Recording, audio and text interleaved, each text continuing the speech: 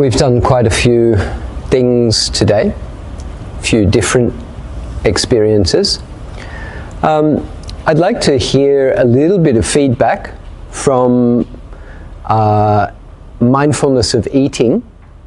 Was there anything you noticed? Anything you'd like to share about mindfulness of walking on the stairs? Or mindfulness of going to the bathroom, you don't have to give details, or going, taking your food, or anything that you felt was interesting, useful, new, something that might be inspiring to others. Is there anything that you'd like to share? Today we get instructions of the mindfulness of eating, taking a bite, with the eyes closed, trying to feel for a piece of food, taking a bite, and then let go of the hands, put it down. There's a whole new different feeling, because when we are chewing, this time is I'm observing what I chew and I taste, because the eyes are closed, the sense all basically with no, everybody quiet, no sound, the senses was all on the taste buds. So for once I can say, oh, there's more fiber, there is a sourish, and the textures are different. On top of that, with the instructions about whether the tongue is controlling the food or the mind controlling the tongue, that was, it never crossed my mind over too many decades of life. So I was trying to, and I realized that I try to control the tongue, but the tongue don't listen to me. It's interesting, isn't it? When I try to control the tongue and tell the tongue not to move, I can't chew. Right. So that was something new, that all this while is just like put in the mouth, chew, chew, chew, swallow. But somehow this is the first time we realize what the tongue is doing, what's the function of the tongue in our mouth, help us to bring the food down the throat and do the digestion. So it's something new to me in the sense of eating is different. Yeah. Different sensation, different feeling. Beautiful. Thank you very much for sharing.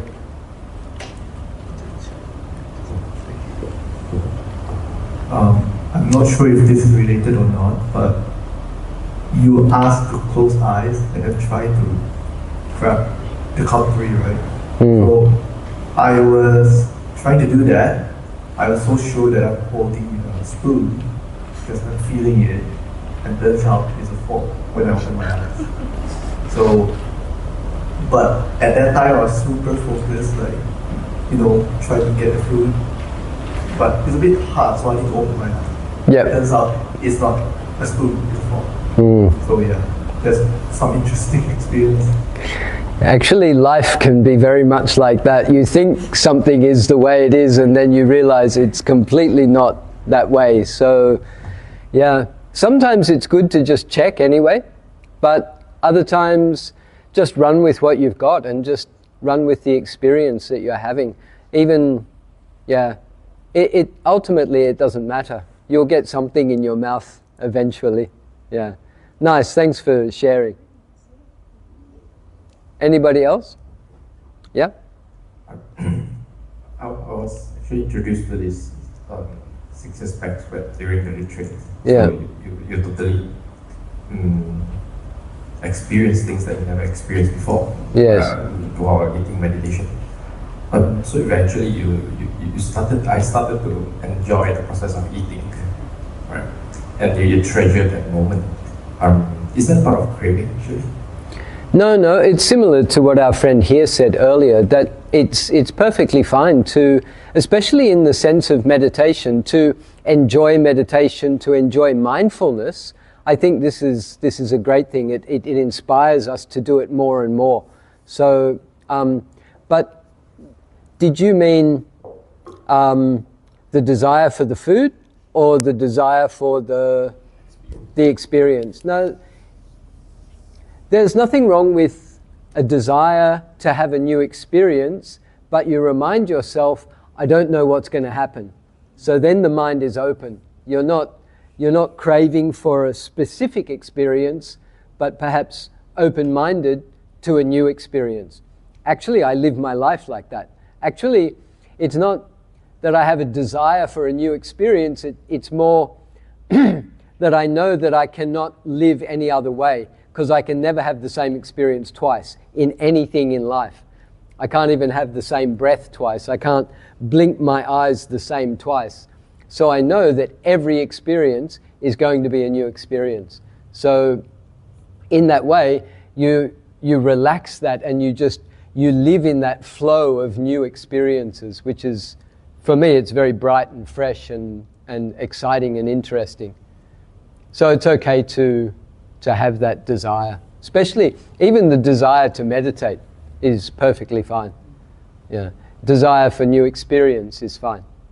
Yeah. But at times, right, that desire, but when the condition is not right, you keep craving for that environment. That cause aversion. Oh, you mean you craving for the environment, the meditative environment, like the retreat. You went on the retreat, and after the retreat, you weren't satisfied with being at home and being at work because it's so busy and noisy and stuff, and you wanted to be back at retreat again. Yes, sort of, because you experience that experience of eating. Hence, in order to sort of like replay those experiences, the right environment, the right conditions need to facilitate that process. However, when you come back to reality at times, it doesn't resonate with that kind of environment. Right. Well, this is just expectation. We're expecting, we've had a nice experience, it's like I was saying earlier, you've had a nice experience and then you're kind of expecting to get a new experience or to have another experience. And we need to, that's why I gave you the mantra this morning, or the reminder, I don't know what will happen, anything can happen, let me just observe, watch and feel and learn from whatever happens. So we have to keep coming back to that again and again, coming back to the present moment and just saying, I'm here now, this is my experience, whatever's going to come will come. And this, although this is hard, because our mind is very often jumping to the future.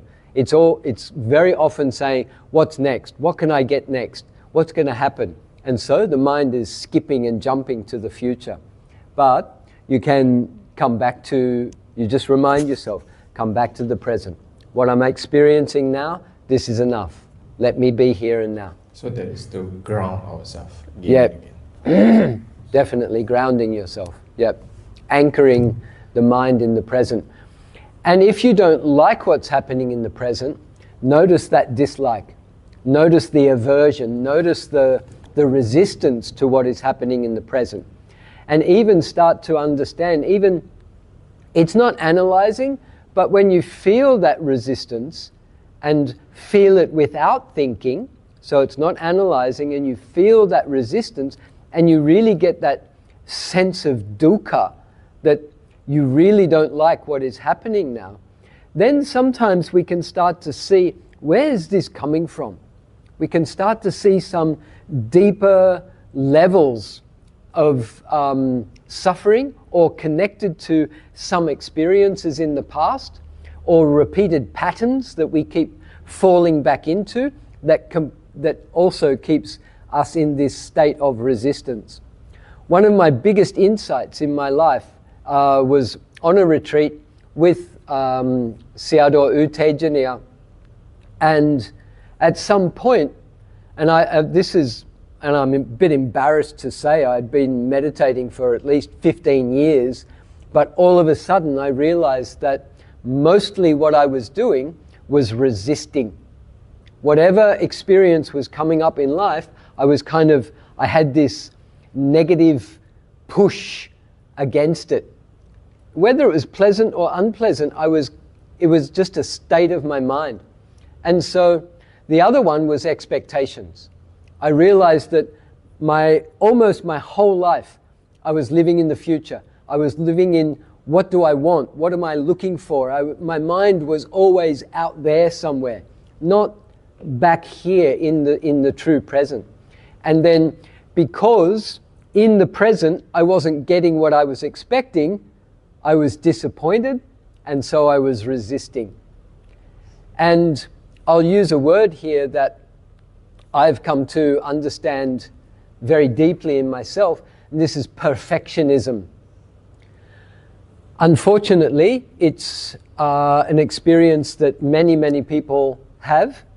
There's nothing wrong with it, there's nothing wrong with you, but many people have this perfectionist program running in their mind where they always want to have the perfect experience. And in their mind, it should be perfect. And if it's not perfect, they're disappointed. And then they feel that resistance. They feel like, it's not good enough, I don't like it, I don't want it, there's aversion. And so, because the mind is, let's say, quite greedy, and there are a lot of expectations, so with the perfectionism comes a lot of expectation. When you're expecting perfection, you're going to be disappointed. When you're disappointed, you're going to be in a state of resistance. So I had both of these, very classic perfectionist. Living in expectation, living in the future, always looking for what's next, and then being disappointed with what's coming because it wasn't perfect. This is also the Buddha's description of dukkha.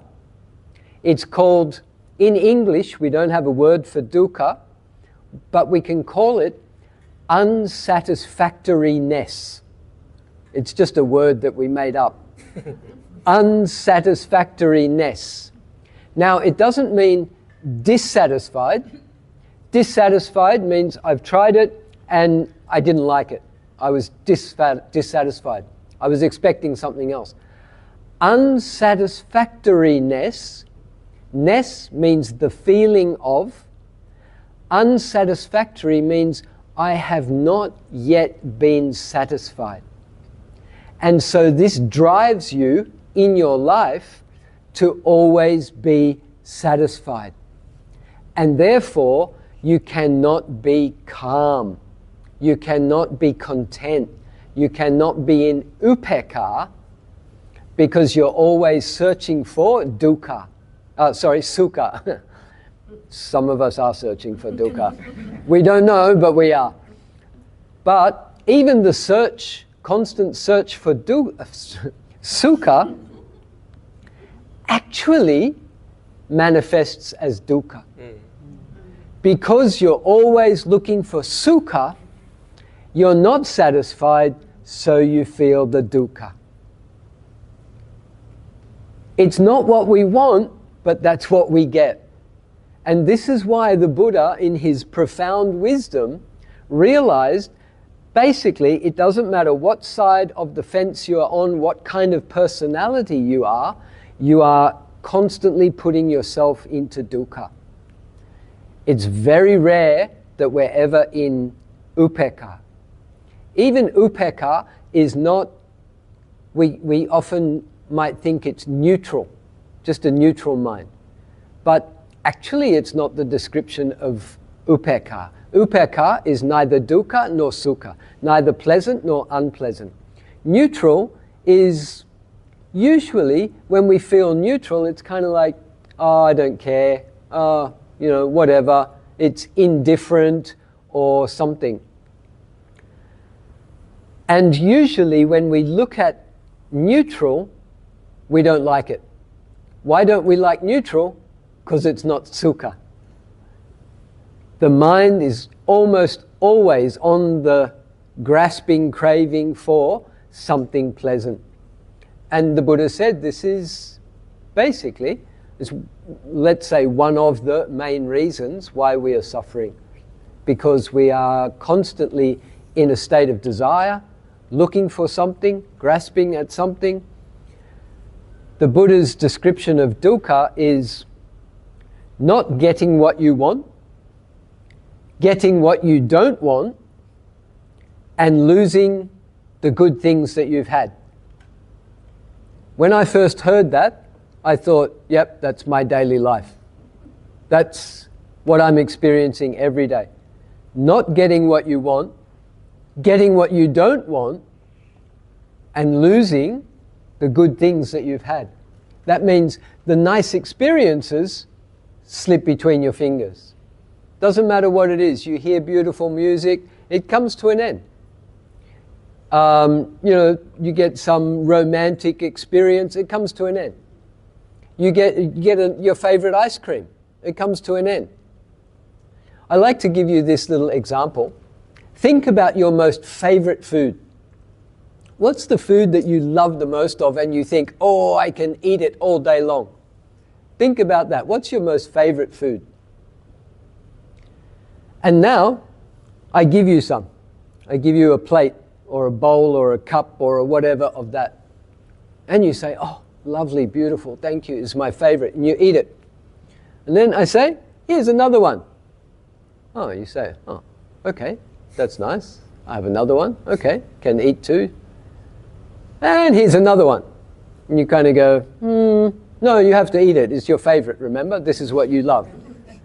And you go, okay. And you eat that one, and then here's another one. Remember, it's your favorite. You love it. I can eat it all day, remember? And then you have another one, and another one, and it just keeps coming.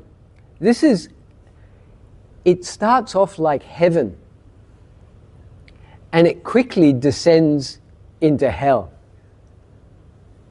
If you are forced to eat that food continuously, at some point, you're going to vomit, you're going to black out, or you probably have to go to hospital or something. And you'll probably never eat that food again for the rest of your life. It's interesting. Something that starts off in heaven can actually end up in hell. Something pleasant can cause great suffering. And especially if you're attached to it, and if you can't get it, especially if you're addicted to it, then you're also suffering. Addicts are always suffering. All of us have some addictive nature. We're all addicted to something, some food, some physical feelings, some mental states, some fantasies, so many things that we're addicted to. Activities, even gambling and even sports, and some people are even addicted to their work. I don't know how that happens, but certainly not my experience. So we all have this kind of addictive nature where we get something pleasant and we want it again and again. But again, if you have it too much, then it becomes unpleasant. Or if you can't get it, it's also unpleasant. So when you look at the world, everybody's chasing what they want. It's also why I asked you this morning, what do you want? What are you looking for? What did you come here for today? I know you didn't come here for money or to become rich or famous or meet the partner of your life or, something like that. So you came here for more high reasons, more clear reasons, more wholesome reasons. But when you step back out into the world, you'll see that people are really just they're chasing pleasant experiences. But all those pleasant experiences are temporary. They're going to come and they'll go. Just like sand gets washed away by the flood or whatever, it's really temporary. That doesn't mean that we shouldn't have it and that we can't experience it. Go ahead, eat your favorite food. Doesn't matter, eat it every day. But just have a little bit of it and remind yourself, if I attach to this, it's going to become a problem. And even when you're eating it, you say, this is impermanent. This is an impermanent process. It's coming and going as I'm experiencing it. Then the mind is more clear. That's the wisdom that stops you from suffering when, even before dukkha arises, you can, let's say, avoid it by being wise and taking wise steps. I'm surprised you're all not so sleepy. You're quite... Mike. Can I follow up? So what is the best way or the right way to curb addiction? Curb addiction, yeah. To see the suffering that it brings. To see how when we have that attachment and the craving for it, that we are feeling the suffering. When it actually is the three descriptions of the dukkha that I just said. Not getting what you want, so when you don't get what you're addicted to, you're suffering. Getting it when you don't want it, so even for an addict, if they've already got what what they want, they don't want it once they're satisfied or they've had enough, and then not having it or losing it and then having to get it again. So when you understand that all of that is suffering, then eventually you'll wake up and realize this doesn't serve me. And even to ask yourself, does this serve me? Does this really make me happy? Is this what my life is for? To fulfill this craving in myself?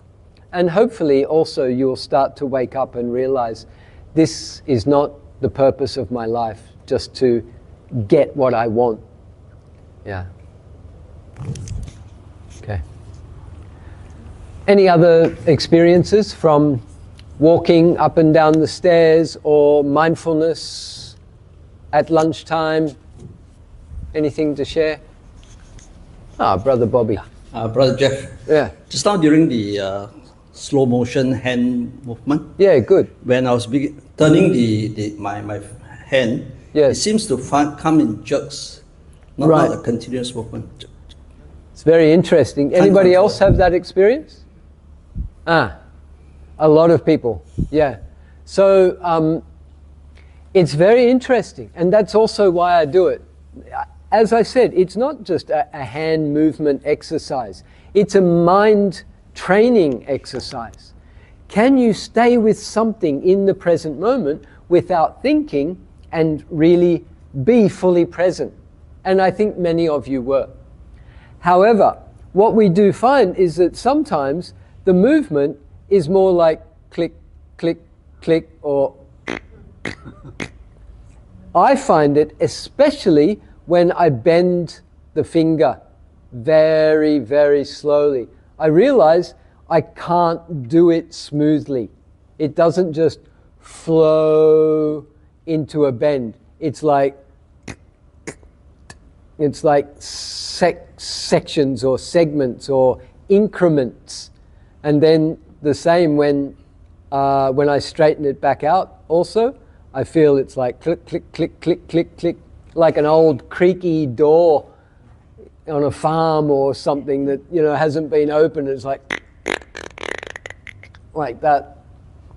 So there's no massive insight or, it doesn't necessarily lead to Nibbana to have this experience, but it does help you to realize that, again, things are not as they seem.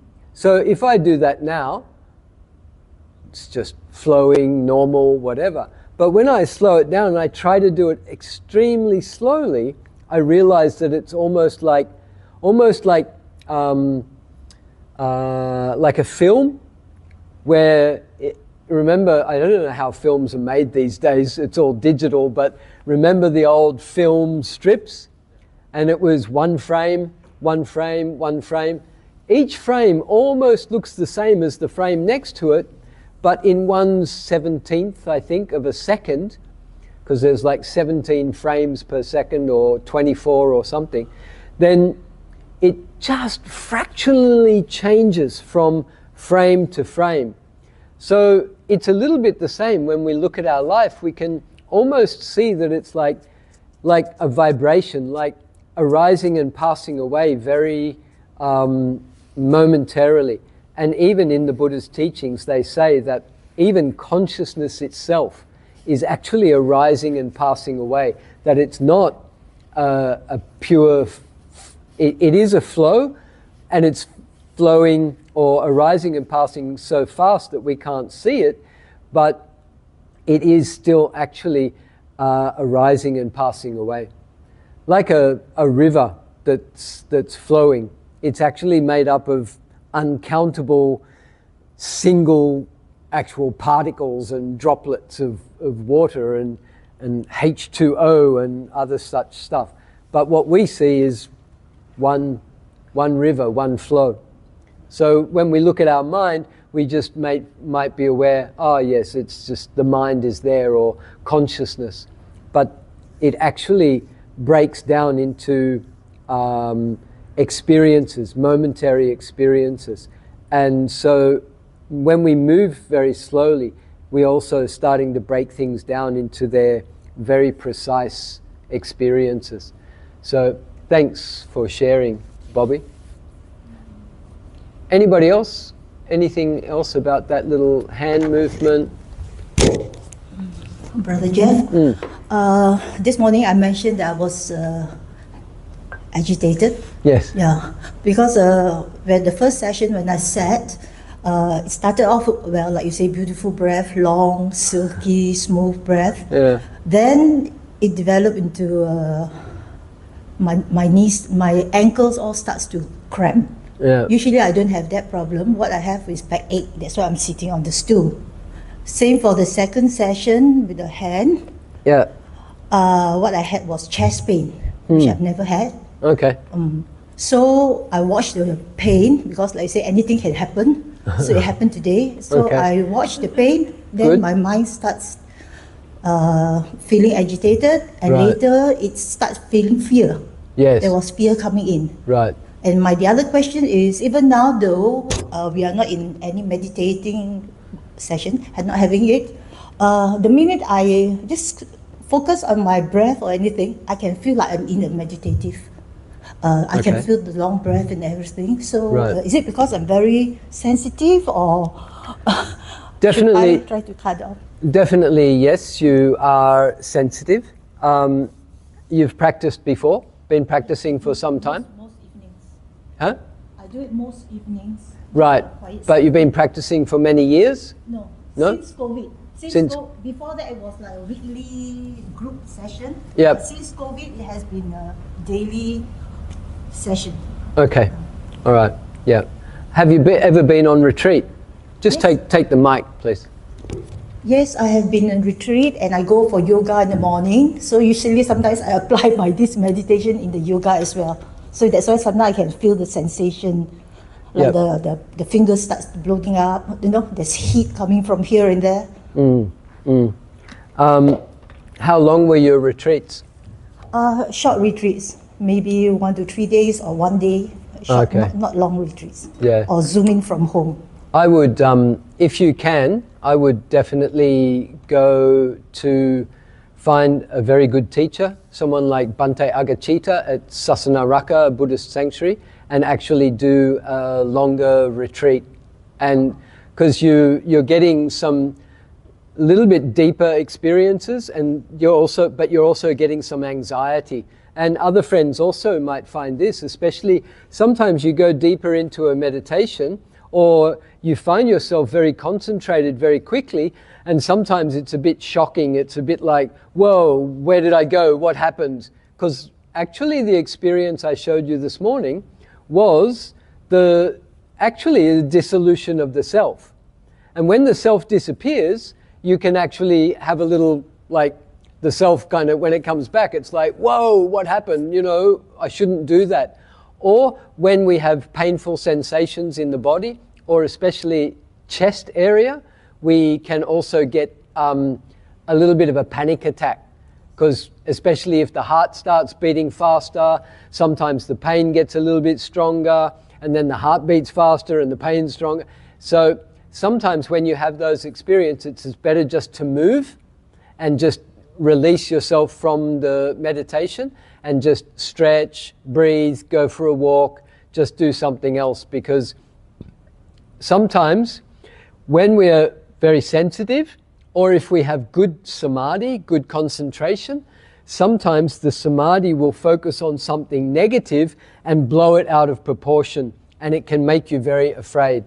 But if you have wisdom, then you will be able to realize this is just the mind creating this. I don't need to panic. I don't need to be worried.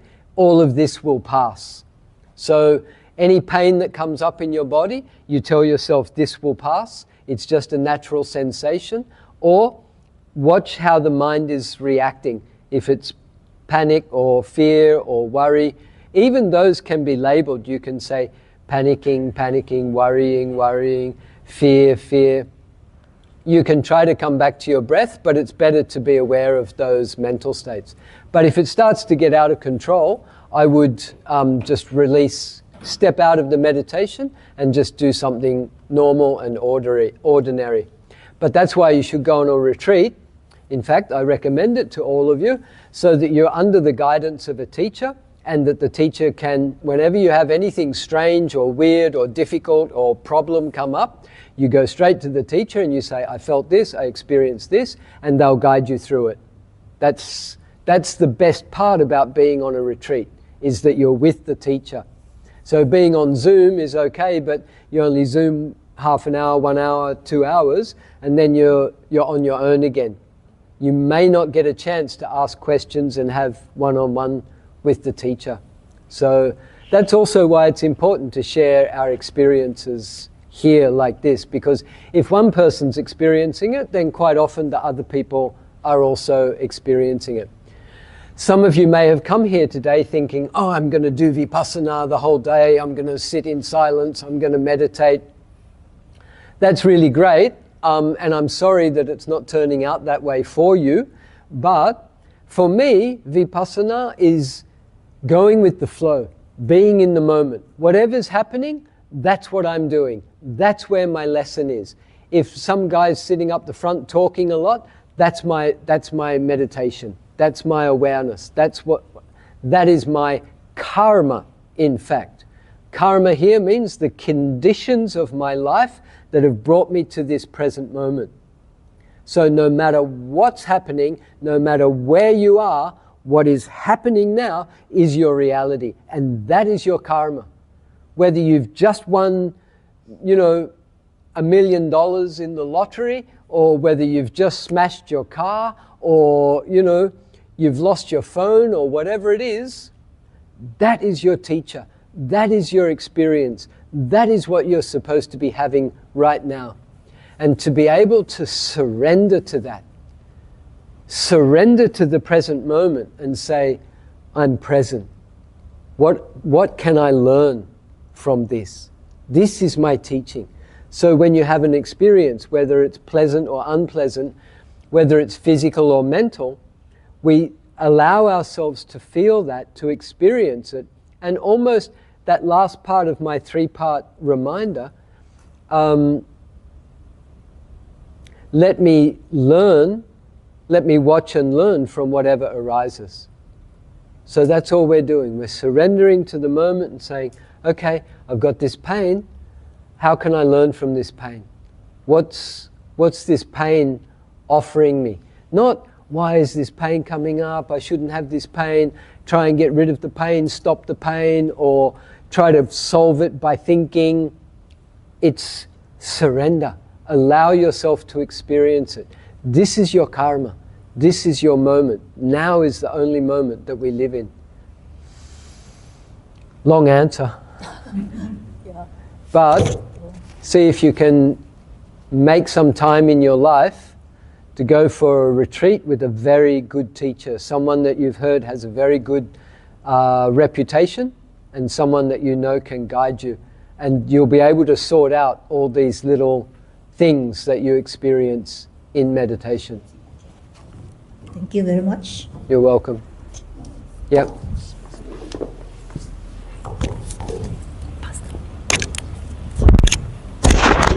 Thank you. I came here with an open mind because actually I don't know meditation. I'm just a beginner. Great. So I have friends who meditate a lot, and they describe the experiences that, like you feel like this, like that.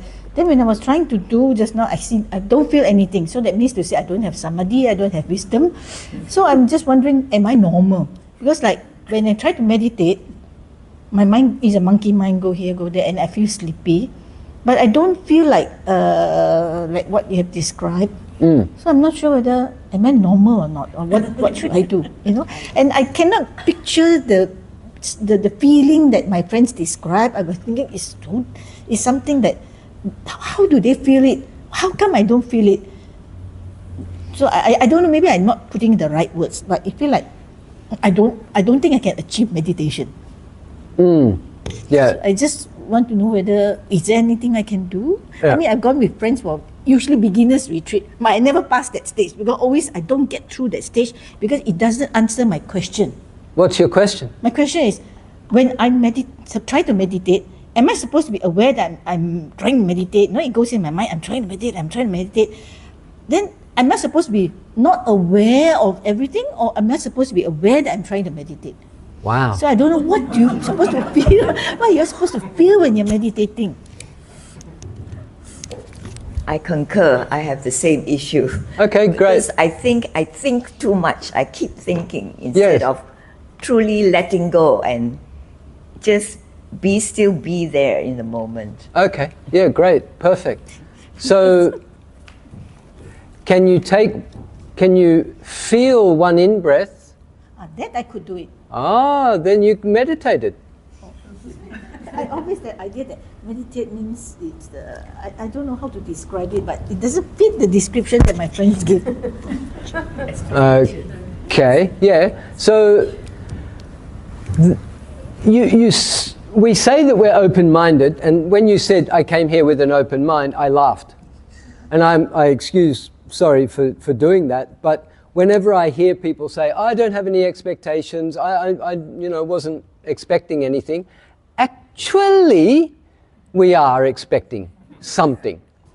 Even we don't know what we're expecting, but we're still expecting something. But when I hear you say you do like, I say, this clicks with me. You do, like anything can go, it's meditation. Right. Walking is meditation, eating is meditation. So it's sort of, this is what I want. Not sit down and don't move your legs and that kind of thing. Right. Yeah. And coming back to just one additional, just now coming back to the eating, I actually work with a lot of visually handicapped people. And I see people who lost their vision from glaucoma, they have got other things. I always wonder, how do they eat, So my experience with not being able to see, not so much of mindfulness, is that I had this experience of dining in the dark. You don't know what you're eating, and then you try to guess what you're eating. But today, we know what we are eating, so it's different. So you can actually taste the food. The last time when I did the dining in the dark, it was guessing what you're eating, and all the time was wrong. Right. Yeah. And there's a lot of thinking in that experience. So unfortunately, when you do dining in the dark, they're not teaching you mindfulness meditation. So today was actually, as you said, a very different experience. You already saw what you're eating, but even for myself, I ate the mandarin and I ate the apple. I put that on the plate. So even then when I closed my eyes, I didn't know, am I going to get apple or mandarin? Only till I feel it, then I can know it. And then, but still, there was some expectation. This is mandarin. I can feel it's mandarin. I know what mandarin tastes like. But until you put it in your mouth, I don't know. I don't know what it's actually going to taste like. And then you eat the mandarin after the apple, or you eat the apple after the mandarin. Is a different taste, different experience. So even though you ate the apple before, but if you eat the apple after the mandarin, it tastes different. Same apple, different experience. So don't be caught up in thinking that you're supposed to have a specific experience from meditation. Let your friends have their experiences and let them talk about what they want to talk about. You come back to your experience and what is happening in your mind. That is your responsibility. So we also did the hand movement exercise. Now again, people might do that and think, I didn't get anything. There wasn't anything to get. It was an experiment to see, Can you stay with a present moment experience? So now when you go home and mop your kitchen floor, can you stay in the present while you mop the kitchen floor? Because could you stay in the present while you did this? Oh yes, I can do that. And so can you take some food mindfully and really taste and experience it? Yes. So we're not looking for any amazing experience. What your friends probably got was or were some, after doing meditation for some time, or when they went on retreat and they went deeper, or they had those experiences and then they said, oh, wow, I was on retreat, or, you know, I meditated this teacher, this technique, that technique. I got this experience. And then you think, oh, I'm going to go do meditation. I'll see if I can have what experience. But it was also interesting that you also said that you didn't really know how to explain what you were looking for. But we're actually looking for something. When you're looking for something, but you don't know what it is, how are you going to find it? So you have to clear your mind and say, I'll just experience what I experience. So that's why I give that 3-part reminder. I don't know what will happen. Anything can happen. Let me watch and learn from whatever happens. And then your experience is your experience. Whether you share it with your friends or not, whether you get some fireworks and light shows or, you know, whatever it is going on in your mind, then that's up to you. Some people will have that, some people won't. Some people will just be calm and quiet. And that's also up to the individual karma. Some people are just naturally calm, quiet people. Yes, their thoughts are running, but also one thing in this practice is to be able to just see thoughts as thoughts. Doesn't matter what the content of the thought is. It's like all the cars. Imagine we go out and we stand on the side of the road down there, the busy road, and all the cars are going this way and that way. It's not like you have to stand there and say, oh, that's a Porsche, or oh, that's a garbage truck, or that's a motorbike or something. It's just traffic. It's just vehicles, just things going up and down. When you just let it be just traffic, it's just traffic. You don't have to sort it out, you don't have to categorize it, you don't have to name it. It's just traffic. And when the traffic stops, because of the lights or the time or whatever, you can just walk clearly across the road or notice that there's no traffic. So we're not trying to stop the traffic of the mind. So I think both of you said that you're having busy mind, monkey mind, or whatever. That's perfectly okay, because we're not trying to make the mind the way we want it to be. We're seeing the way the mind already is. And when we start to accept it and allow it to be as it is, then we're not controlling and forcing the mind to be something that it's not. Normally in our life, that's what we do. And it's often why people come to meditate. They want to get rid of their anger, want to get rid of their stress, want to get rid of their thoughts, or get rid of something, change something, fix something, upload something, enhance something, make something better. We actually don't need to do that. But what we need to do is see, how is the mind operating? If you take the car to the mechanic, then the mechanic has to run the car to see what's the problem with the car. Why is the car not working? Even you tell him what's wrong, he still has to run the check on it. He has to check it for himself. So all we're doing is we're just checking, how's the mind running? How's the body operating? How does the body and mind operate with each other and connected to each other? How does my physical feelings make my mind react? how does my mind reactions make my physical body feel? How's the interaction between these two entities, if you like, or two forms of energy? And then we're understanding what is life. How is life unfolding? If you think about, let's just think about, what if you won 10 million ringgit? All of a sudden, you got 10 million ringgit. So, how does the mind react to that information? And how does the feeling come with that thought? It's quite exciting, isn't it? It's like, wow, what could I do with all that ringgit? It's just a thought. Now think what would happen if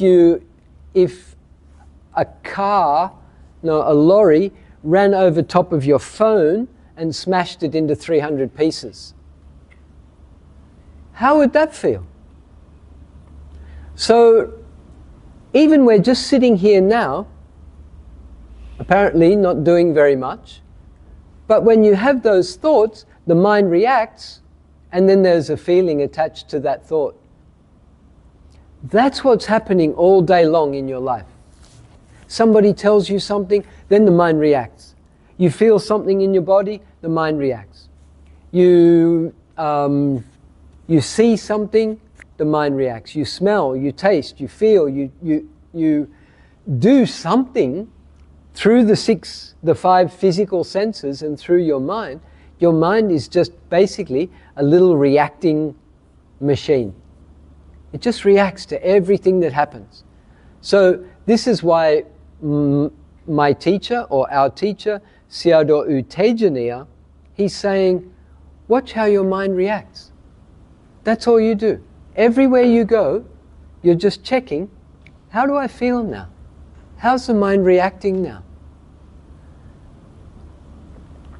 No matter what's going on, whether things are going well and flowing nicely for you, or whether things are blocked and stuck and not going well. How do you feel? How is the mind reacting? And then you realize that all this passes. Everything passes in your life.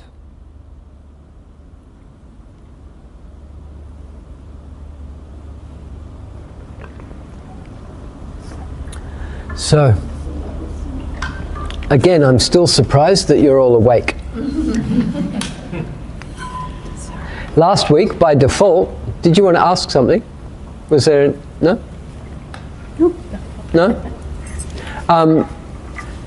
You got... Okay. This is my first ever retreat. Woohoo! I've been doing a lot of online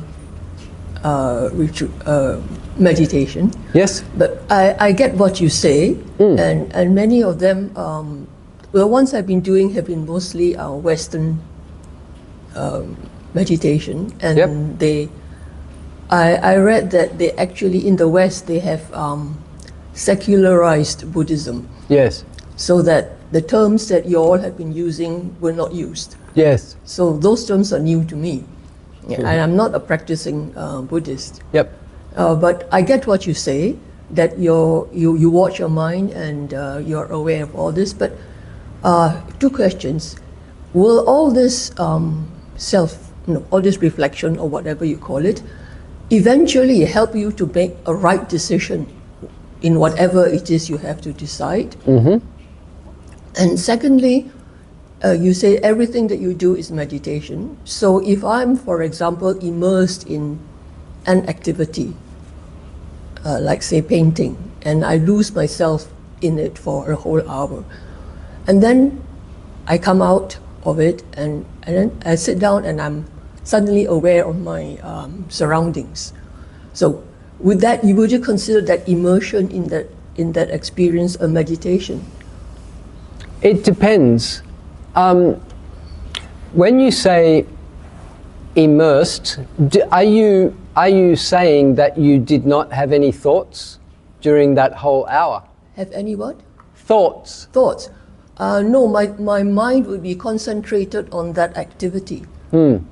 I give the example of painting. Yes. Okay. How do I do it? What paints do I use? Is this the right one? Aren't they thoughts? I guess so, but there is also a lot of action. Yes, sure. The mind is still active. It may not be thinking about something from the past, something from the future. Your thoughts are really about the actual activity itself. So a lot of us do this. We get, as you said, immersed in what we do. Sometimes it's work that you're immersed in. Sometimes it's a hobby that you're immersed in. Sometimes it's maybe sports or dancing or music also has that very immersive experience. So it's not that we're just not having thoughts about other things in other places, but we're thinking and we're engaged in the experience. So the mind is still very much present. I would say it's good, but it's always better if you know that you are in the experience. So when we meditate, we know what we are doing. We are fully aware of the process. But sometimes when we do something like a hobby or something that you love, you do get immersed in it, and therefore you actually don't really know that you're doing it. That's why you said, after 1 hour or when I'm finished, it's like I come back from that experience. So it's not the same as meditation. This meditation especially means that you know exactly what you're doing from moment to moment. So from when you wake up in the morning until you go to sleep at night, when you lay down in bed at night, you should be able to recall almost everything that you did during the day. Whereas sometimes most of us can't even remember most of what we did for the whole day. Driving and doing mundane activities, that's quite normal. But then we also can get lost in work, we can get lost in music, we can get lost in hobbies and other such things as well. So the best thing is to do it, but do it mindfully. And that means to know that you are being present. So you also said something about knowing that, am I supposed to be thinking about the fact that I'm meditating now? But it's something like that, but you're not thinking about it. You just know that you are mindful. You know that you are watching your breath. You know that you're feeling a pain. You know that you're hearing a sound. You know that you're seeing somebody walking in the door. So this knowing is what changes everything. So when you do your painting, then try doing it with mindfulness and see what happens. Notice how you select the paints. Notice how your hand moves. Notice how you feel while you're doing it. I think it will change. It will actually change quite a lot. And it will become a meditation. That was the first part. What was the second part? Will meditation help you to make a right decision? 100% it will. But because it's mindfulness, which means I'm really present, I have this decision to make, I know I have to make this decision, I'm not just freaking out thinking, oh, what if this goes wrong, what if that goes wrong? So you're not just in freaking out mind or worrying or stressing or whatever. You know, I have to make this decision, but you're checking. If I make the decision this way, how will I feel? If I make the decision that way, how will I feel? So you're checking your emotions, but also the wisdom that arises in our life through this meditation guides us in all of our decision-making processes as much as possible. So it's much better to make a decision from wisdom than from ignorance or not knowing. So it does help you to stop. And just as I've said a couple of times today, compose your mind. If you have to make a decision, compose your mind. Just stop and then check. How do I feel? Okay, how do I want to make this decision? But we're not perfect. So we're going to make lousy decisions sometimes. And sometimes it can have a painful result. It can have an unpleasant or disappointing result. We use our mindfulness and our wisdom in that also. And then we check, when I made that decision, I was feeling like that, I did that, and now I got this result. Okay, next time I need to make this decision, let me be more mindful, and so we grow with our wisdom as we go. So we're mindful of our decision-making processes, but then we're mindful of the results that come. If it's unpleasant, then I know, how did I make that decision that I created something unpleasant? Or if it turns out pleasant, why did I make that decision that turns out pleasant? So then you know I can avoid doing the unpleasant things and start doing more pleasant things. It does help a lot. Thank you. Great. Okay. So, again, we've been... Really? It's 5 to 3? Okay. Time is very much an illusion. So we've actually been sitting for a while. So, again, actually, we'll do a little experiment. It's also a little mindfulness of movement. What we're going to do is, with our eyes closed, we're going to stand up from this position. But there's one trick. So the people sitting on the floor, it will be more complicated for you. The friends sitting up on the chairs, it's a little bit easier to stand up from that position. But for some of us with our legs closed and our eyes crossed,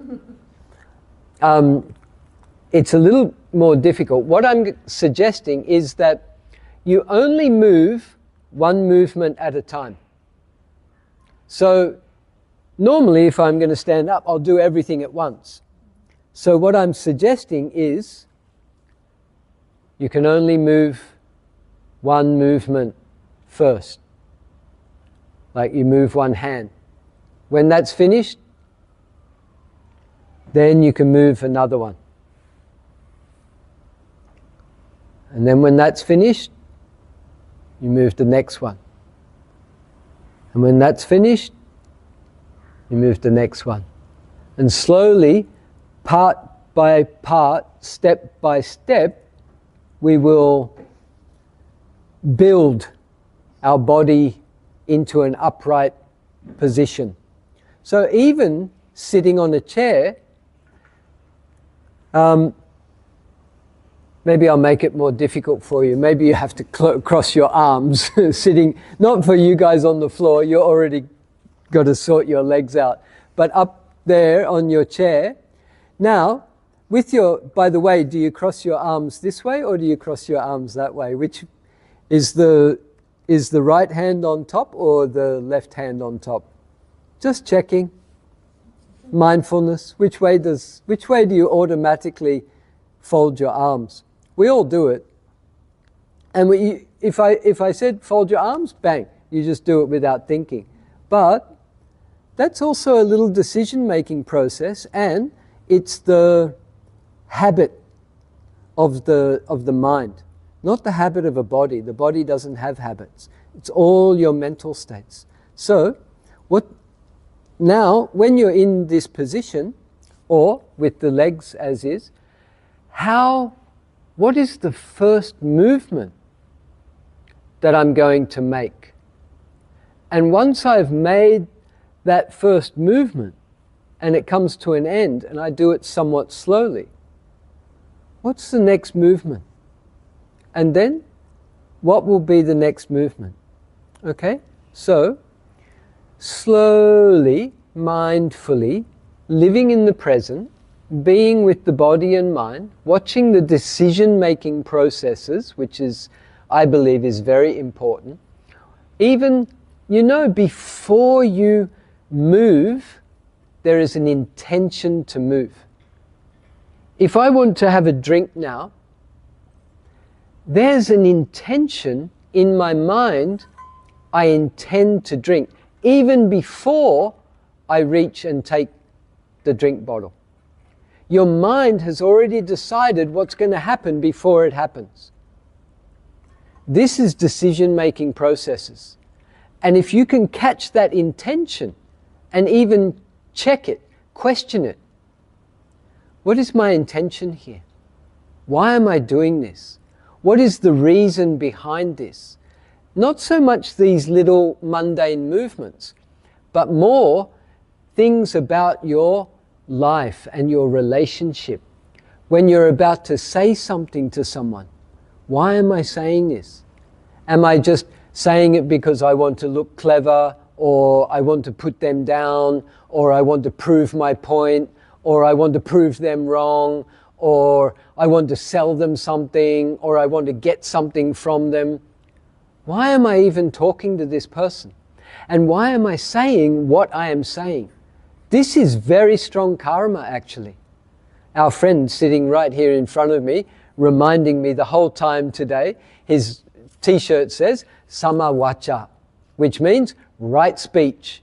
And if you're going to sit in this position up here, you have to be very, very careful of every word that you say, because people are listening, especially in this context. You have to be very, very mindful of all the words that you use. So, but in our daily life, every single person is responsible for every single word that they say. And if you say something nasty, you say something harmful, you say something that's untrue, that comes back to you. That's your karma. And only you are responsible for that, nobody else. So being mindful, your intention before you speak is important. Just to finish this little section, I can say, as human beings we have 3 actions. Karma literally means action. It means cause. It means to do something. We have 3 as humans. We act, we speak, and we think. Every day in your life you do these 3 things. In one way, it's to describe a human being. That's what we do. We act, we speak, and we think. Speech, action, thought. Every day. Maybe some days you don't speak. That's possible. But what's happening in your mind? Have any of you done a silent retreat? You do a silent retreat, and yes, you're not speaking verbally, but in your mind, you're having thousands of conversations. That's still, technically, karmically, it's still speaking, or at least it is thinking. So there are these 3 karmas, 3 modes of karma: speech, action, and thought. Every time you speak, you act, and you think, you're putting something out. You're putting an energy out. Whatever you put out, that energy will come back. This is the perpetuation of our life force.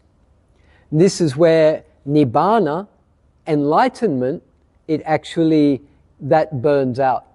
You're no longer putting out karma in the sense of positive or negative karma. Your karma is, not my shirt today, but upekkha, or neutralized.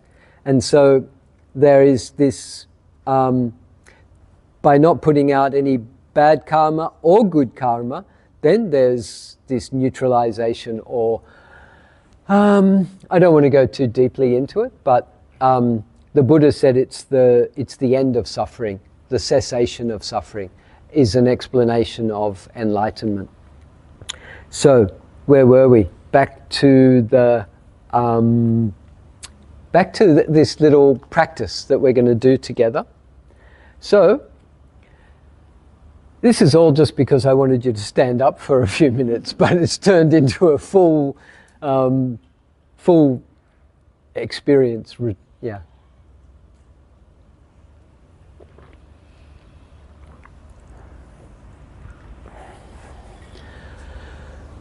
So for the friends sitting at the back, in the chairs, you can fold your arms. For friends sitting cross-legged on the floor, or however you're sitting on the floor, we're going to attempt to move into this standing position. We're going to do it 1 movement at a time, not 2 movements at a time, only 1 at a time. So first, I want you to just come into stillness. Gently close your eyes. Feel where your body's connected with the earth, with the floor. If you're sitting on the chair, you can feel your feet on the floor. You feel your bottom on the chair. If you need to cough, just cough it out. Just enjoy coughing. It's all good. Feel the weight of the body, the pressure of the body. By the way, this is some form of contact with the earth is always present. It's another meditation object that you can experience, whether you're standing or walking or laying down or sitting. You are somehow connected to the earth.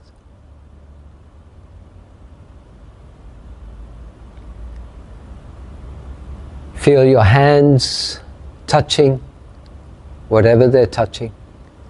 Feel your back straight. Roll your shoulders up and back and down. Relax your shoulders, relax your face. As you breathe in, relax your whole body. As you breathe out, relax your whole body.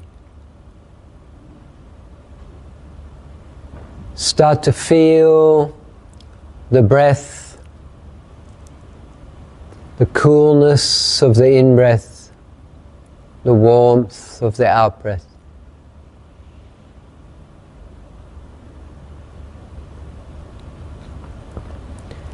Can you simply feel that coolness arise and pass away, but without any thought?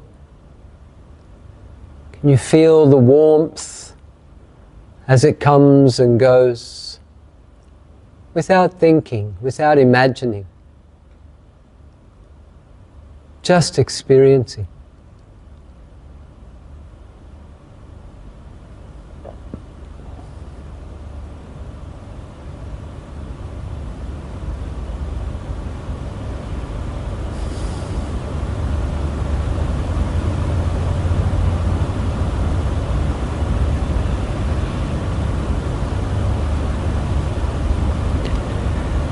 Please notice how the mind calms down, especially if you can feel that coolness arise and pass away, and the warmth arise and pass away, without any commentator, without any opinion, without any past or future. Just sensation, just awareness.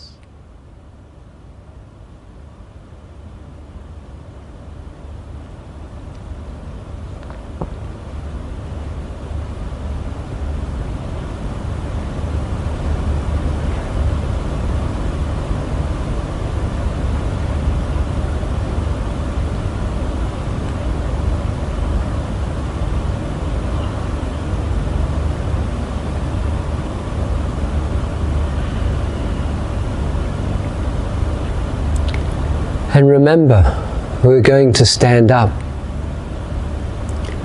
So now, just take a few moments in your mind to make a plan. What will I move first? What is my first movement? And when that movement finishes, what will be my second movement? And when I finish that, what will be third and fourth and fifth, sixth? How am I going to stand up?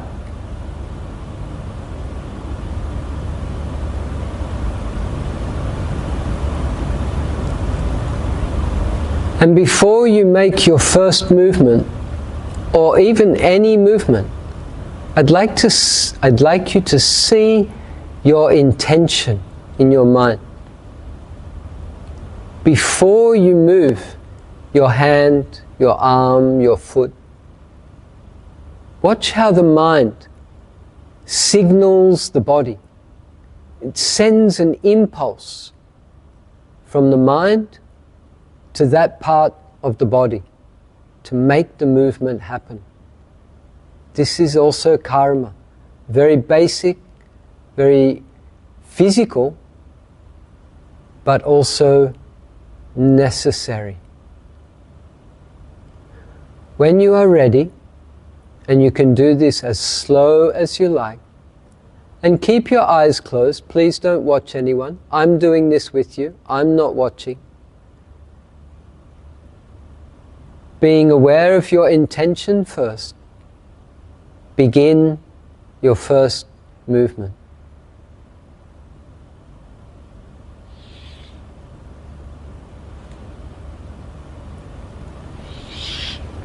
And then follow with the second.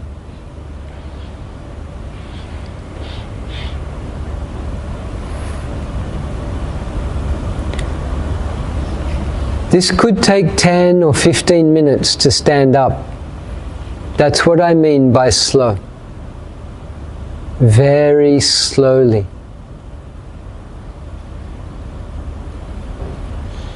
See if you feel impatient. See if you feel any resistance or laziness.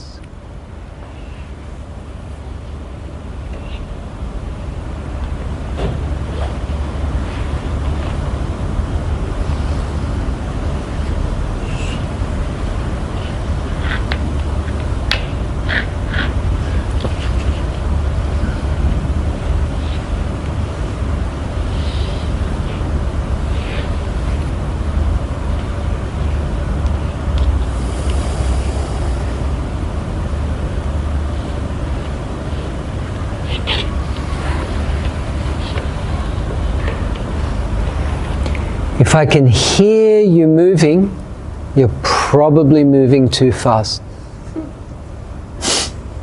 Slow down. If by any chance you're already standing, please stand with your eyes closed.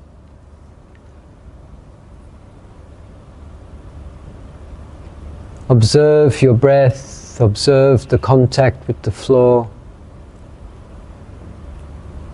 And some of you have only made your first move, I assume. Take your time.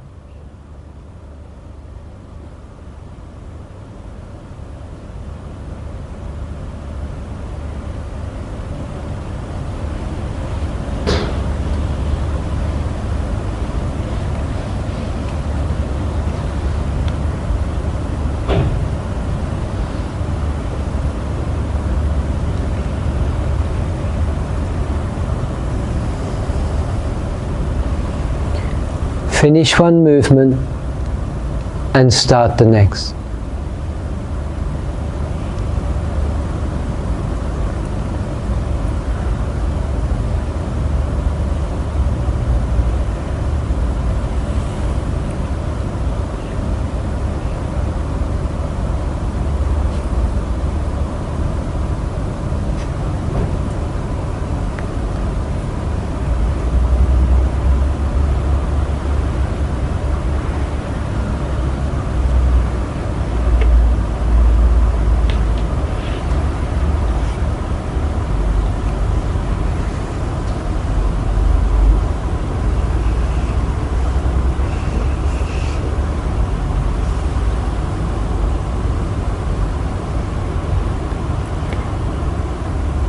Once you're standing, stand still, relax, roll your shoulders up and back and down, feet gently apart.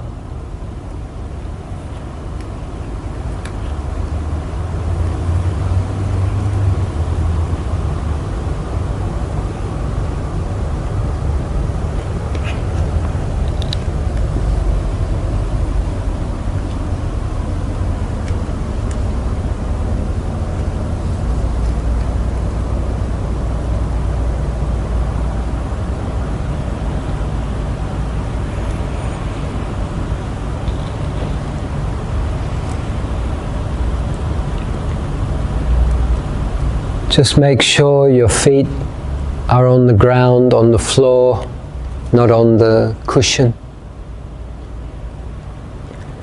Notice how your feet are warming the floor already.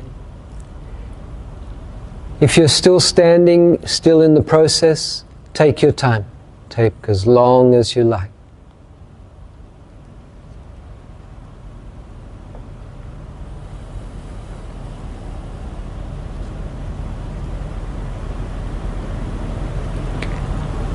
If you're already standing, can you take one in-breath without thinking?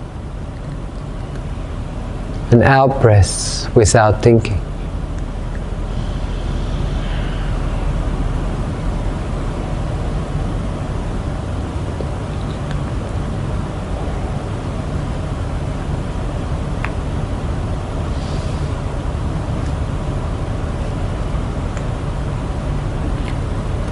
What else is happening in the body?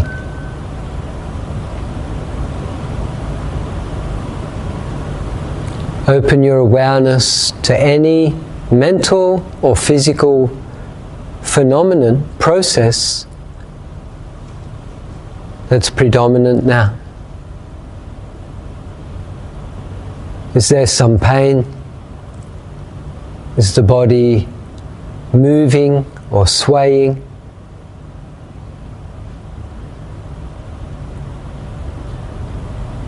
What's predominant?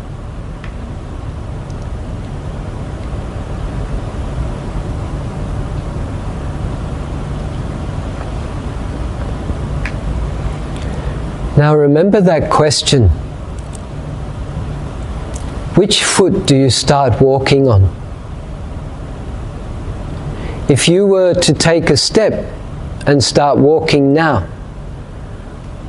which foot would you start with?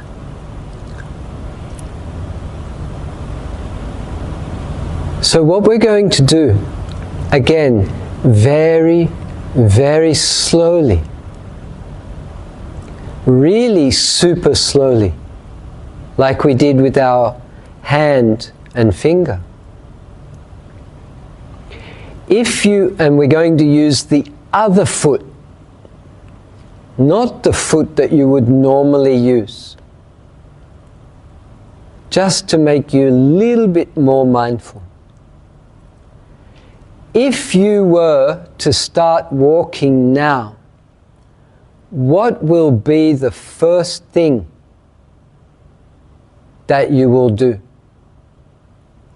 to prepare to take one step? If you feel afraid to do this with your eyes closed, it's okay. If you need to check if there's something in front of you on the floor or something, feel free to check quickly. We're only taking one step, it's okay, and it only needs to be half a step. We're not walking anywhere. But I want you to feel, firstly, the intention and the decision-making process that sends the signal from your mind to your foot. Secondly, when you start to do it very slowly, please observe what your body must do to even take one very short, very slow step. And when you are ready, you can take very slow, very short, like a little half a step. In your own time, continue. Take one small step.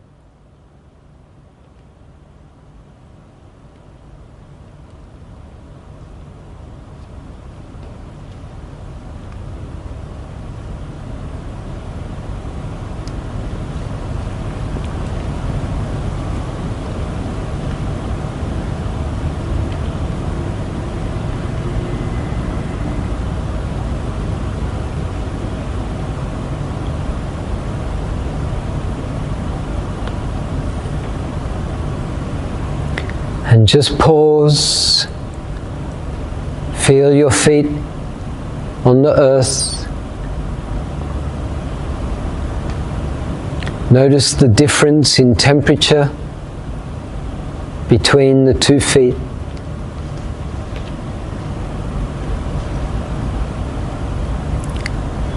And when you're ready, we're just going to bring the rear foot to join the front foot. Try to do it even more slowly than you did the first time. Feel the heel lifting. What's happening in the body?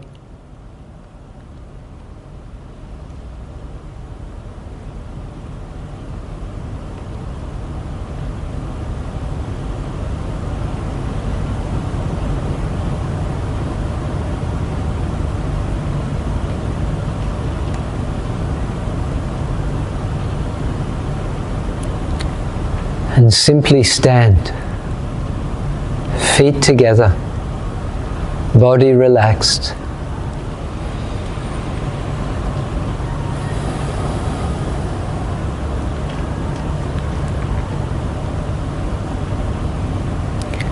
What else is happening? Open up to freestyle Vipassana. Even check your mind. Are you relaxed? Are you nervous? Is there anything worrying? Are you curious? How are you feeling? Can you just feel that feeling? Don't fix it, change it, stop it. Just feel. And now we're going to reverse that process. Or maybe we do it the other foot. You do it any way you like. This time we can take the first step and we can step back a little half step in reverse. Watch the process. What do you have to do to take half a step back in your own time? Begin the process.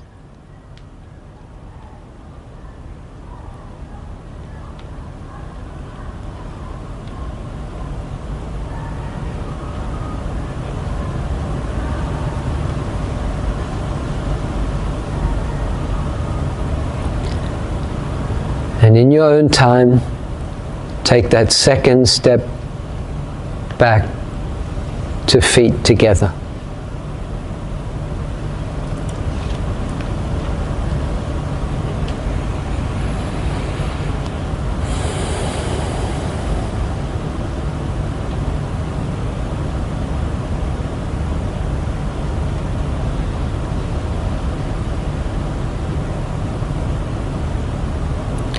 Check yourself. Am I aware? Am I mindful? Am I relaxed? What's happening now? How do I feel?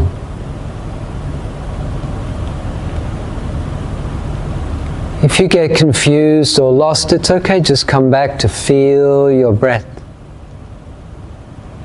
Breathe in, relax. And breathe out, relax.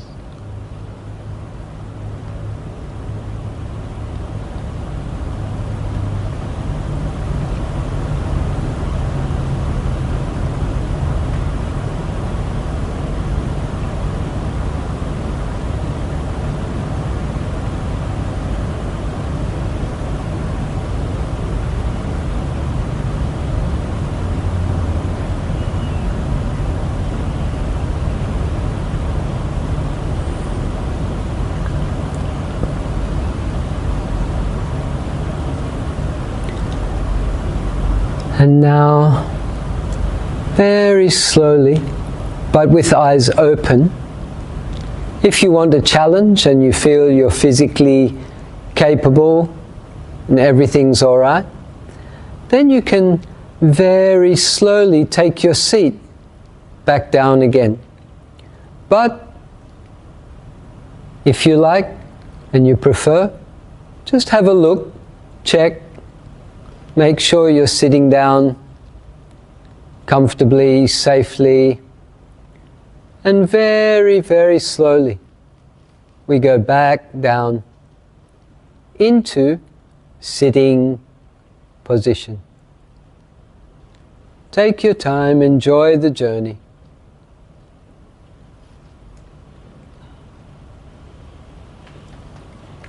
This too is meditation. Mindfulness of movement. Living in the present. Check yourself. Is your mind in the past or the future? Check. How do you feel? Is there any fear, any worry?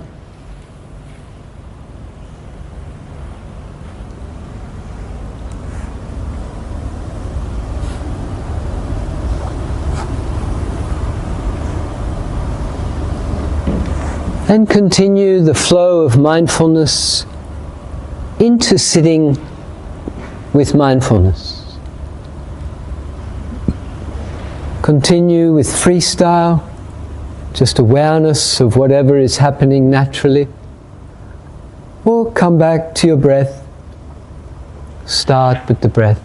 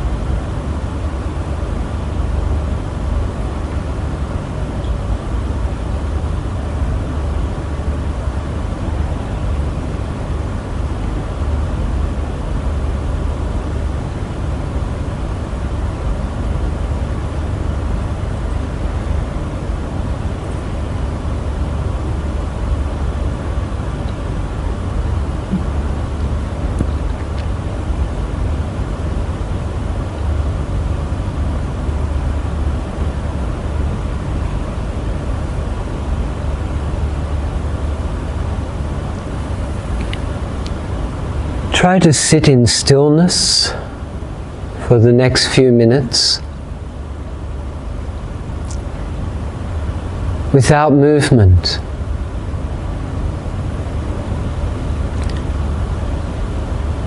I invite you to simply feel the stillness of the body, the absence of movement.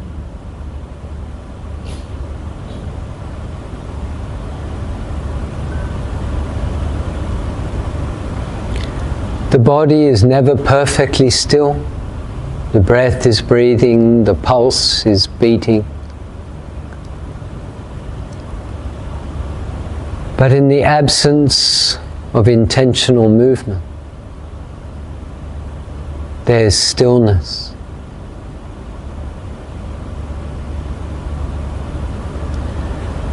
Can you clear the screen of your mind? Let go of all mental pictures.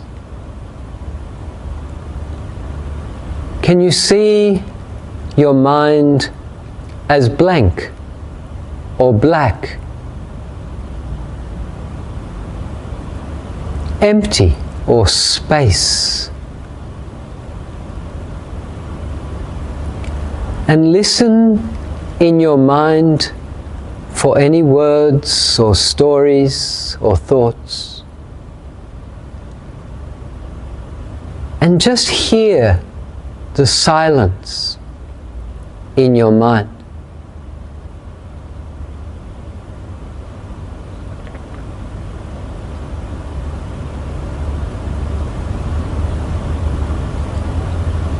Stillness in the body, space in the mind, and silence.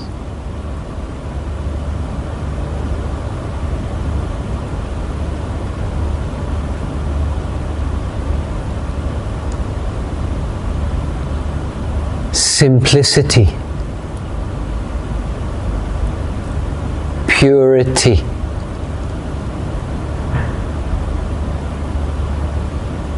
stillness, space, silence.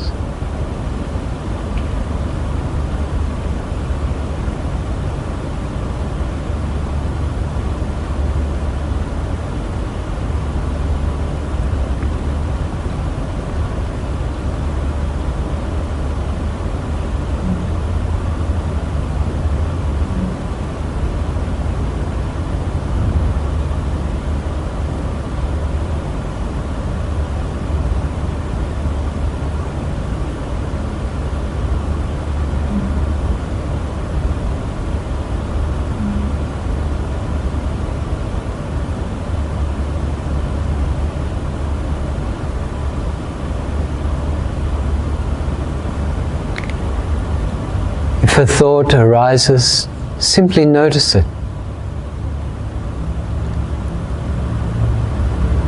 If any of your senses becomes predominant, notice it.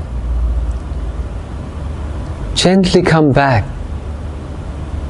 to stillness, space, silence.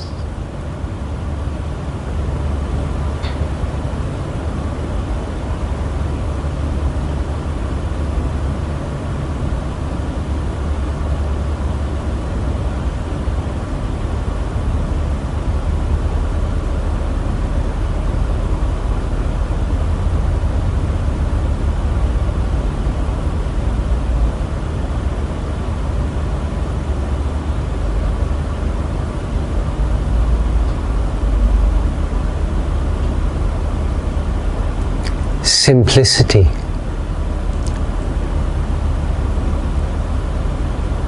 Right now, your life is very simple. In this moment, this body, this mind, here and now.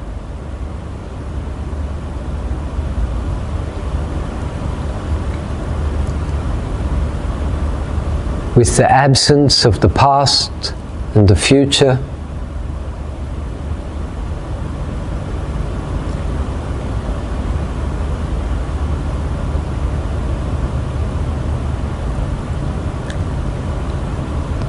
very simple.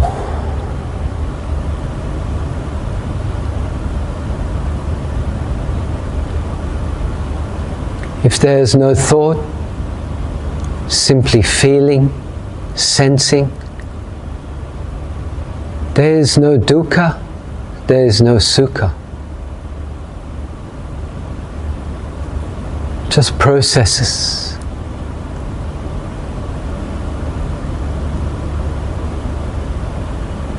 Even no self.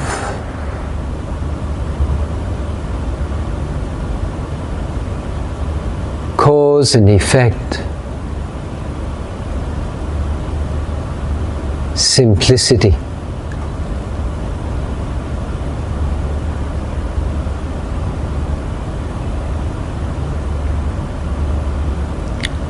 Let a thought come, let a thought go.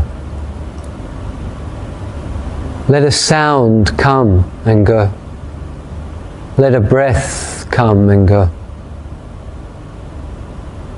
Let a feeling, a sensation come and go. Let an emotion come and go.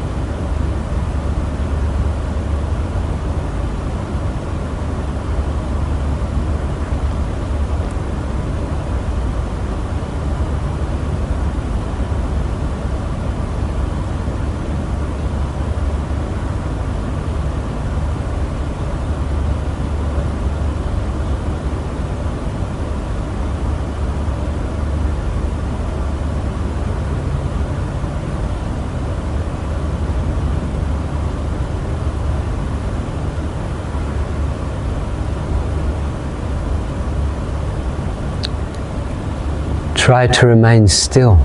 Don't move. If you feel a pain, allow it to be present. If it's itchy or discomfort, just feel it. It is changing. It will pass. Watch how the mind reacts to it. The aversion, the resistance, the impatience, the dukkha.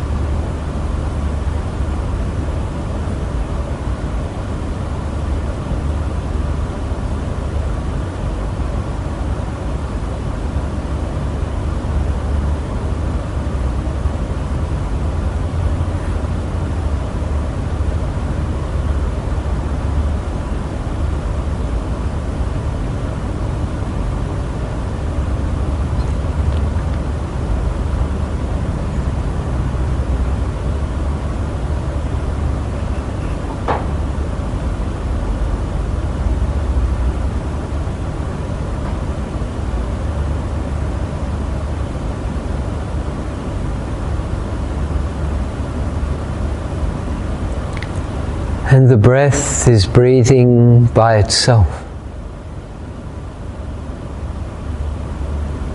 The heart, too, is beating continuously. The food we ate at lunch is digesting.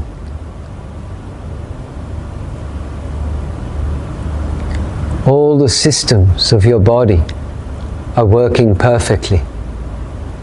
Your immune system, your nervous system, all the systems working in harmony.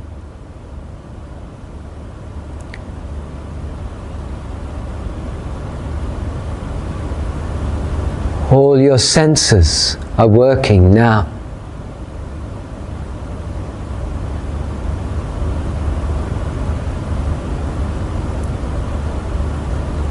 Your mind is working now. Some thoughts, some awareness, some emotions arising and passing away due to conditions.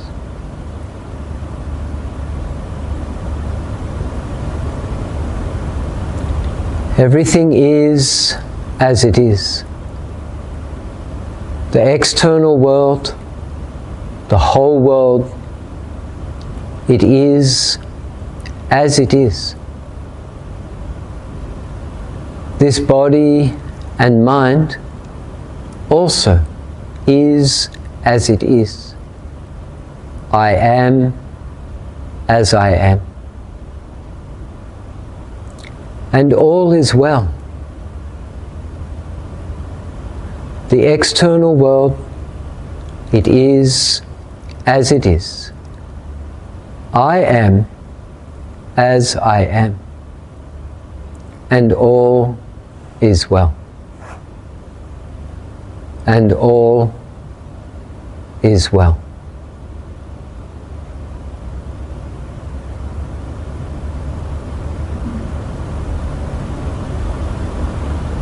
When you are ready, if you wish,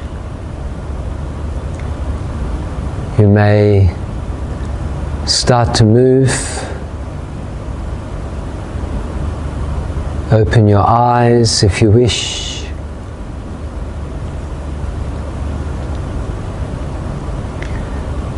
And sit comfortably.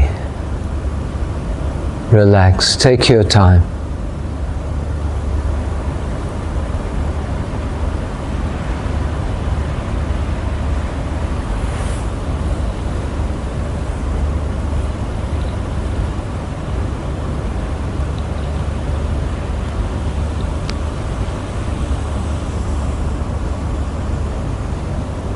If you're happy as you are, stay there. Go with the flow.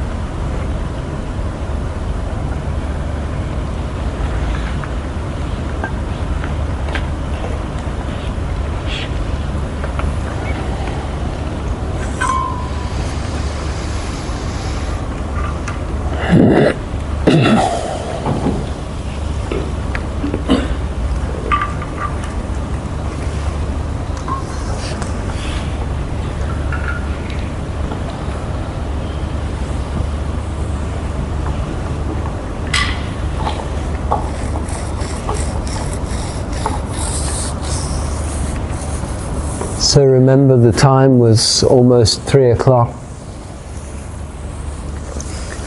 when we started that little exercise.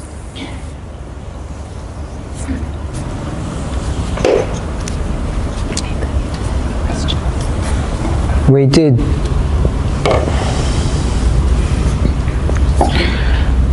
did quite a few things, actually. Standing up with mindfulness, standing with mindfulness, taking 2 little steps forward with mindfulness, 2 little steps back, and sitting down with mindfulness and flowing that into the sitting meditation.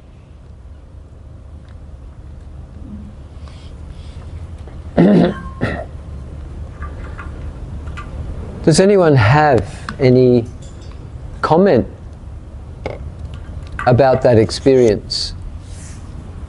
The standing up, the sitting down, the stepping, the standing. Anything to share? Yeah?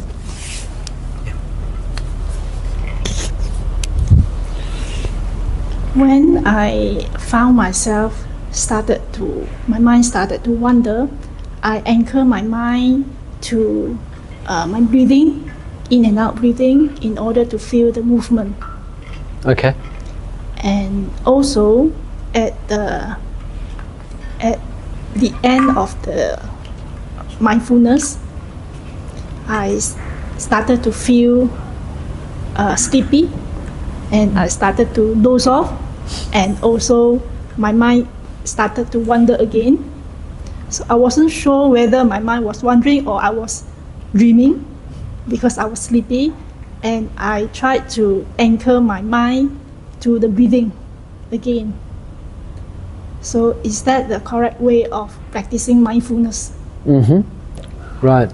So one thing is that the sleepiness doesn't come before the wandering mind. It's the wandering mind that causes the sleepiness. So the mind already started to wander, and that's why it starts to become sleepy.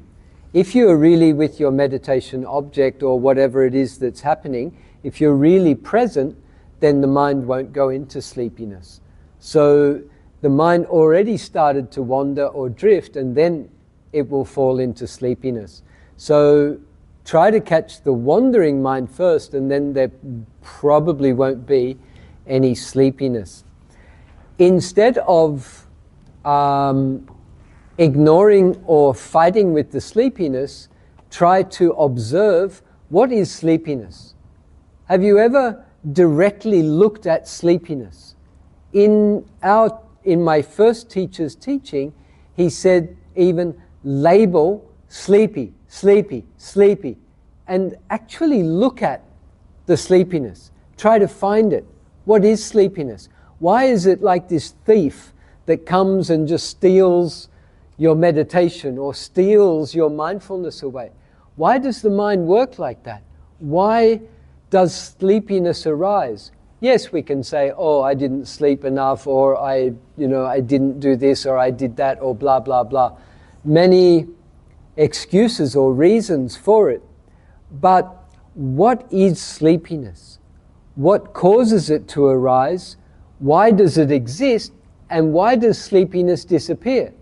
So for example, you might check now, am I sleepy? And you realize, no, there's no sleepiness in the present, especially after you've spoken. I think your mind is more fresh. So it's not about stop sleepiness and go back to the meditation. Sleepiness becomes your meditation object in Vipassana. Whatever arises predominantly in the present moment, that's your object of meditation. If you feel pain in your body, that's your object of meditation. If the dog's barking outside the door, that's your object of meditation. If you're thinking, oh, why doesn't the dog shut up, and you know, that's my neighbor's stupid dog, and you know, blah, blah, blah. What's happening now? It's not about the dog. It's about how I'm reacting to the dog. Am I angry? Am I frustrated? Am I disappointed? How's the mind reacting here? This is the important part, not what's happening out there. So whatever is coming to you in your body and mind, in the present moment, that's your object of meditation. In this way, we navigate life. Whatever arises, wherever you go, whatever you do, that is your meditation. This is very different. It's not about sitting meditation. Sitting is one way of training your mind. But the Buddha taught walking meditation, lying down meditation, standing meditation. He also taught eating mindfully, going somewhere mindfully, doing daily activities mindfully. That's one reason why I greatly respect my first teacher. He was always telling us, you must be mindful of your daily activities. If you're not mindful of your daily activities, then the meditation, he used to say, is hopeless. I don't know if it's the right word, but there's a strong message there. And that is, you must be mindful of everything else you do, not just the sitting meditation or the formal sitting, standing, walking meditation. And I love this because then I can bring the essence of the meditation into everything I do as much as possible. And then, because there's nothing that says, oh, if you're doing sitting meditation, then you'll be enlightened from sitting meditation.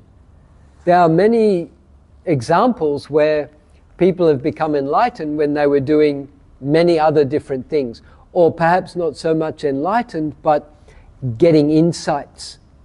You could be just buying something off the shelf in the supermarket and have some insight.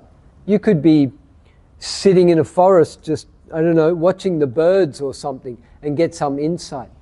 Or you could be even downtown in the city and watching all these people doing all this stuff and just getting some insight. There's no restriction about when and where and how you will understand something about life. But the more you are mindful in as many different situations, you increase the possibility for insight to arise. Learn from your sleepiness. It's a good teacher. Pain also is a good teacher. Most people will move once pain arises. Again, my first teacher said, don't move. Stay where you are. Sit with the pain. Sit with the discomfort. Sit with the itchiness, or the fly that's trying to crawl in your ear, or the mosquito that's biting your arm, or whatever. Stay with it. Feel it. Experience it. But check your mind. How am I reacting to this? It's how your mind reacts that's more important. We can try and avoid all these things in life if we want. Actually, you won't be able to avoid pain. Even you lay in bed, you're going to get pain. You lay there long enough, you're going to get pain. You can't avoid pain. It's going to keep coming. Better to understand pain. Find the truth of pain. Find how your mind reacts to pain. Why does your mind keep resisting and rejecting pain? It's a normal part of life. Actually, if you look into painful sensations, they are made up of vibration, heat, pressure, movement, hardness. What all these are just different characteristics of the four elements: earth, wind, fire, and water. The Buddha said all physical things are made up of four elements. Your body is made up of four elements. The food you eat are made of four elements. It's all four elements. All these four elements are all forms of energy. When you feel pain, the vibration is the wind element, movement. Movement is the wind element. Pressure or hardness is the earth element. Heat or cold sometimes is the fire element. And sometimes there's a fluidity or a conjoining or something that's holding all that pain seemingly together. That's the water element, that which combines and joins everything together. I see pain like a fist, and if I say, oh, that's a vibration, that's hardness, that's temperature, that's movement, that's pressure, what have I done? I've just basically released the pain. You see its different characteristics, and somehow it falls apart. Meanwhile, while you do that, you don't see it as pain anymore. You see it as a vibration, as a movement, as pressure, as heat. And then the mind calms down. When the mind calms down, the mind's not tense. Then the pain's not tense. Then the body relaxes. Then the pain relaxes. Many yogis experience that the pain just disappears. We're not trying to make the pain disappear, but it disappears because the causes that you made in your mind to create the pain actually dissolve. When they dissolve, the pain dissolves. This is very interesting and also very powerful.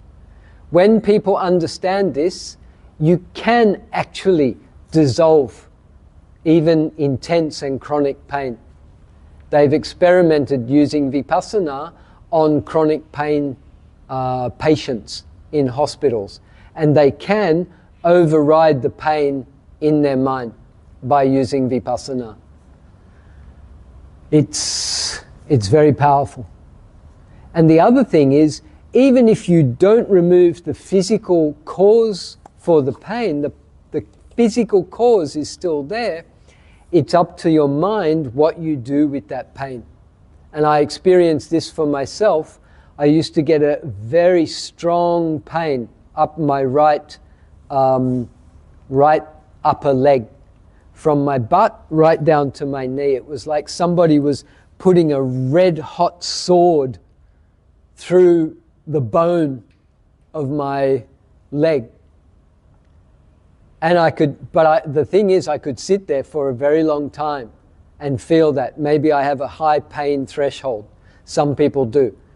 But my mind was kind of screaming, going like, oh, pain. And then at one point I realized, wait, I just survived that pain. The pain's still there. I'm still alive. I didn't die. And then I thought, theoretically, I could sit with this pain for the rest of my life. And when that happened, my mind went completely silent. The pain was still there, the physical pain was there, the mind was in complete peace, completely peaceful. And it was a very strange experience.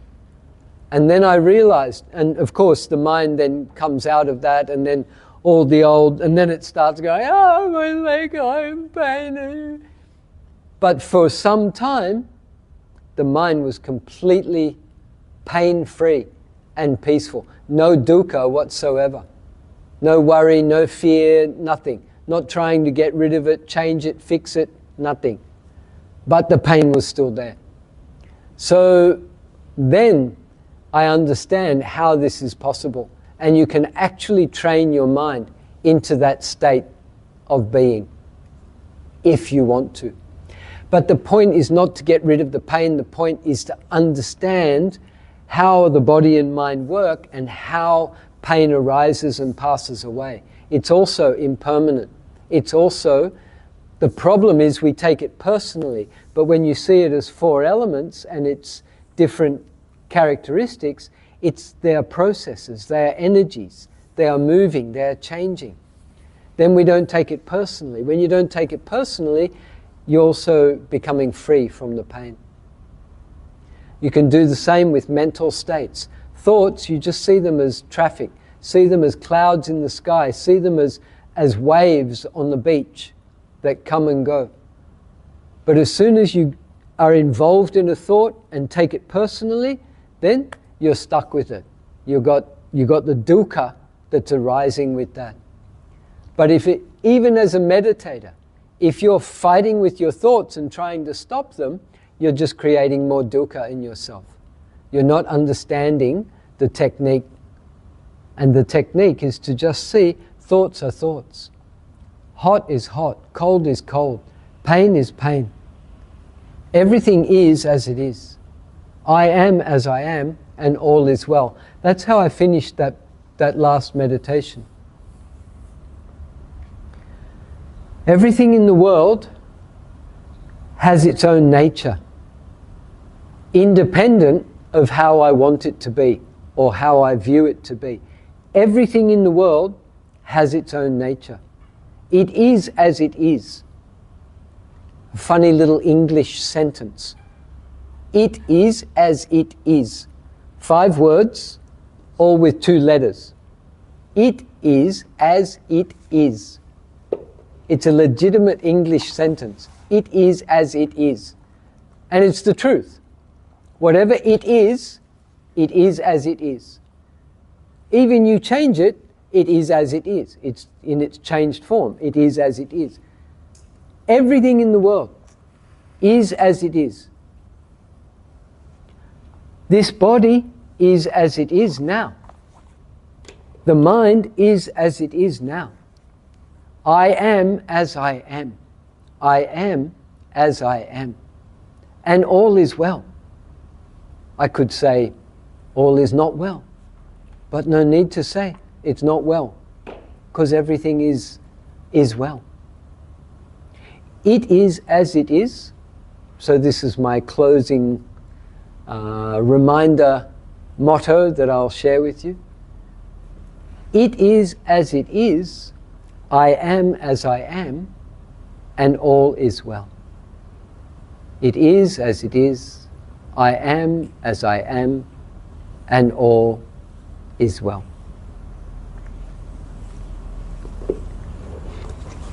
It's very simple, but a good reminder.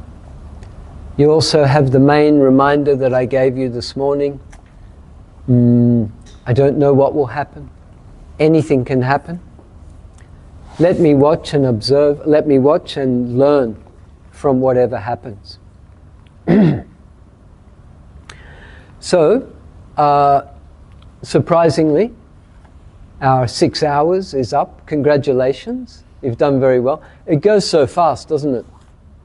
It's really, really amazing that the time can go so quickly. I would like to let you know that there's a website, freestylevipassana.com. I think I already mentioned it earlier, freestylevipassana.com. There's, the book is on there, the Forgiveness for Everyone. So you can download that for free.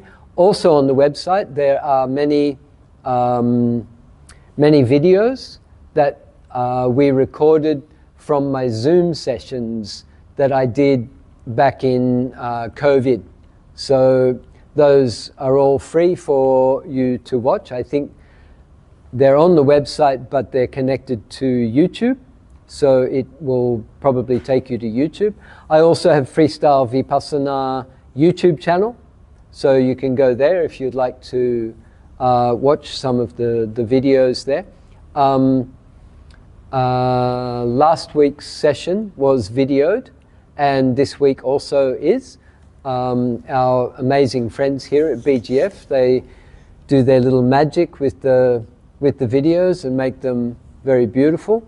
And they are on the BGF site. If there's anything in the content today that you feel that you would like to reconnect with or listen to again, so even the meditations that I've done today and I did last week are also on video, and it's on the BGF YouTube channel. Yeah. So I do have an Instagram page also called Freestyle Vipassana, and if you want to connect with me personally, you can also message me through that Instagram page as well. Besides that, I also have Facebook. It's not called Freestyle Vipassana. There is a Freestyle Vipassana with Jeff Oliver Facebook page, and I do post there sometimes, so you can find that. And I'm also on Facebook and WhatsApp and everything else too, if you want to contact me. Arahan Samma Sambuddho Bhagava Bhutam Bhagavantam Abhivatemi.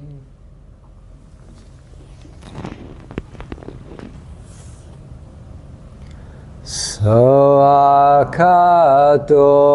Bhagavata Dhammo Dhamman Namasami.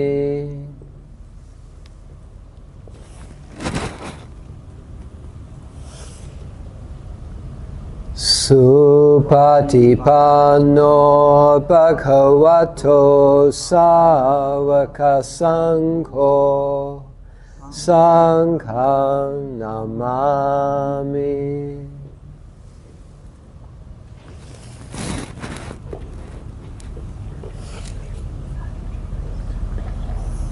Sadhu, sadhu, sadhu.